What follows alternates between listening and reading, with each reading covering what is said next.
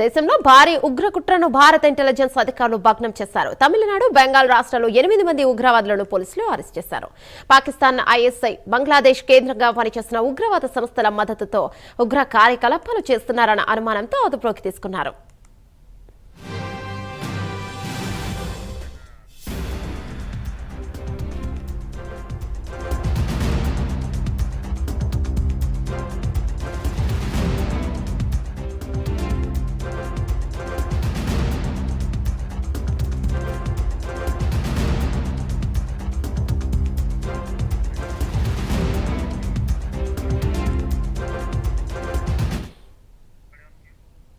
దేశంలో భారీ ఉగ్ర కుట్రను భారత ఇంటెలిజెన్స్ అధికారులు భగ్నం చేశారు. తమిళనాడు, బెంగాల్ రాష్ట్రాల్లో 8 మంది ఉగ్రవాదులను పోలీసులు అరెస్ట్ చేశారు.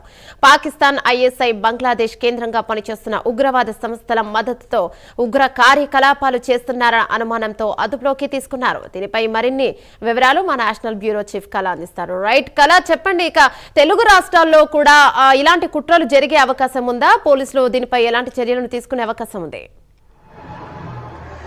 దాదాపు మనకు ఏమన్నా నిన్న ఒక ఢిల్లీలో కూడా భారీ కుట్ర కూడా జరుగుతుంది అన్నటువంటిది ఏదైతే ఇంటెలిజెన్స్ సమాచారం ఒకవైపు 24 గంటలు కాకుండా ముందుగానే ఈరోజు కొద్దిసేపటి క్రితంగా ఎన్ఐఏ అధికారులు చాలా కీలకమైనటువంటి ఇంటెలిజెన్స్ సమాచారం అనుకోవచ్చు.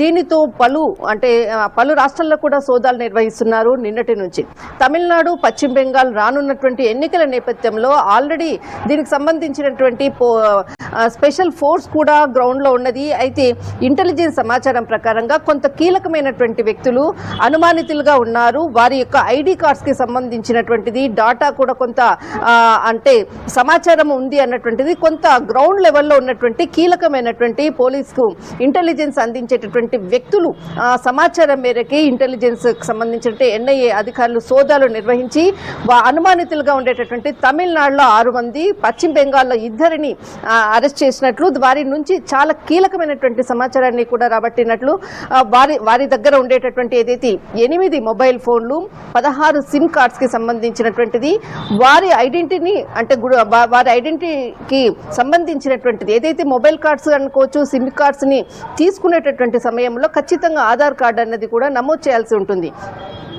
ఆ సమయంలో వారి యొక్క ఐడిని కూడా తప్పుదారి పట్టించే విధంగా తప్పుగా క్రియేట్ చేసేసి ఆధార్ కార్డ్స్ కి సంబంధించినవి కూడా క్రియేట్ చేయడం, ఇలాంటిదంతా కూడా పూర్తిగా కూడా మొబైల్ కొనేటటువంటిది, సిమ్ కార్డ్స్ కొనేటటువంటి సమాచారము అంతా కూడా రాంగ్ సమాచారాన్ని కూడా ఇవ్వడము. దీనితో ఇంటెలిజెన్స్ కి అందినటువంటి సమాచారం మేరకు వారిని పలు ప్రాంతాల్లో కూడా సోదాలు చేసి ఎన్ఐఏ అధికారులు అరెస్ట్ చేయడం జరిగింది.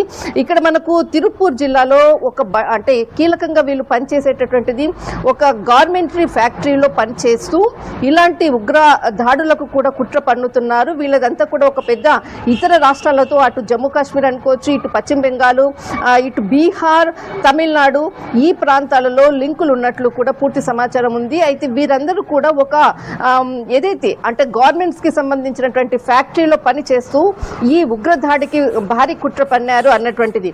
అందులో మనకు మిజానూర్ రెహమాన్ అన్నటువంటి వ్యక్తి, ఇతడు కూడా అక్కడే పనిచేస్తున్నాడు. మహమ్మద్ షబాత్, తర్వాత మహమ్మద్ లిటాన్, మహమ్మద్ షాహిద్, మహమ్మద్ ఉజ్జల్ అన్నటువంటి 6 తమిళనాడులో అరెస్ట్ చేశారు.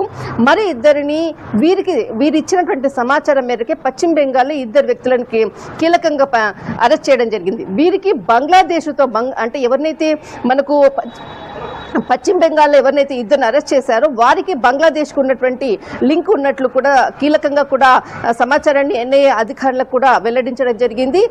దాదాపు వీరందరికీ కూడా రిమోట్ కంట్రోల్ గా పాకిస్తాన్ లో ఉండేటటువంటి ఐఎస్ఐకి ఉగ్ర కుట్రకు కూడా భారీ స్కెచ్ చేసే విధంగా కూడా వీరికి సూచనలు, సలహాలు ఇచ్చేటటువంటి ఒక టీం పర్సన్ అనుకోవచ్చు. ఇక్కడ ఐఎస్ఐ ప్రత్యేకంగా శిక్షణ తీసుకున్నటువంటి వాళ్ళు ఇచ్చేటటువంటి సమాచారం మేరకు వీళ్ళందరూ కూడా ఒక నెట్వర్క్ గా పనిచేస్తున్నారు అన్నటువంటిది ఇంటెలిజెన్స్ సమాచారం అందడంతో వీరి దగ్గర భారీ మొబైల్స్, తర్వాత సిమ్ కార్డ్స్ ని, ఇంకా వీరి నుంచి కూడా పూర్తి సమాచారాన్ని కూడా రాబట్టేటటువంటి ప్రయత్నం ప్రయత్నం ఎన్ఐఏ అధికారులు, అటు తమిళనాడు పోలీసులు, ఇటు పశ్చిమ బెంగాల్కి సంబంధించినటువంటి పోలీసులు కూడా పూర్తి సమాచారాన్ని కూడా ఇవ్వబోతున్నారు. కానీ ఇక్కడ అంటే రానున్నటువంటి ఎన్నికల నేపథ్యం ఒకటి ఉంది, మరొకసారి ఇటు భారీ ఉగ్ర కుట్రకు కూడా అంటే వ్యూహరచన చేశారు అన్నటువంటిది మాత్రం చాలా కీలకమైనటువంటి అప్డేట్. కల్లా అయితే నిన్న ఢిల్లీలో దేవాలయాలపై భారీ కుట్ర జరుగుతున్నటువంటిది ఇంటెలిజెన్స్ సమాచారానికి ఈ రోజు సంఘటనకు ఏదైనా సంబంధం ఉందా? ఖచ్చితంగా. ఎందుకంటే నిన్న ఏదైతే ఇక్కడ మనకు 15వ శతాబ్దానికి సంబంధించినటువంటిది అతి పురాతనమైనటువంటి ఢిల్లీ అంటే చాందినీ చౌక్ అంటే జైన్ మందిరం, గౌరీశంకర్, తర్వాత లాల్ మందిర్ అన్నటువంటిది చాలా ఫేమస్. ఈ టెంపుల్స్ ని చూడడానికే చాలా మంది కూడా వస్తారు.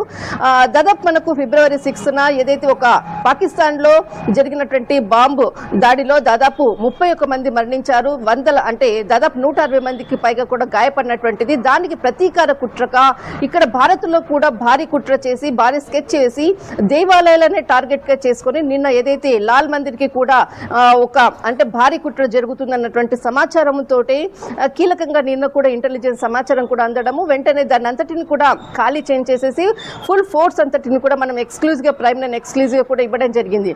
అలాంటి ఘటనకు దాదాపు 24 గంటలు అక్కడ నుంచి కూపి లాగిన తర్వాత దానికి లింకులు ఉండేటటువంటిది మనకు తమిళనాడు, పశ్చిమ బెంగాల్ అన్నటువంటిది ఇంటెలిజెన్స్, అటు ఎన్ఐఏ అధికారులు సంయుక్తంగా జరిగినటువంటి ఆపరేషన్స్ లో కీలకమైనటువంటి అప్డేట్స్.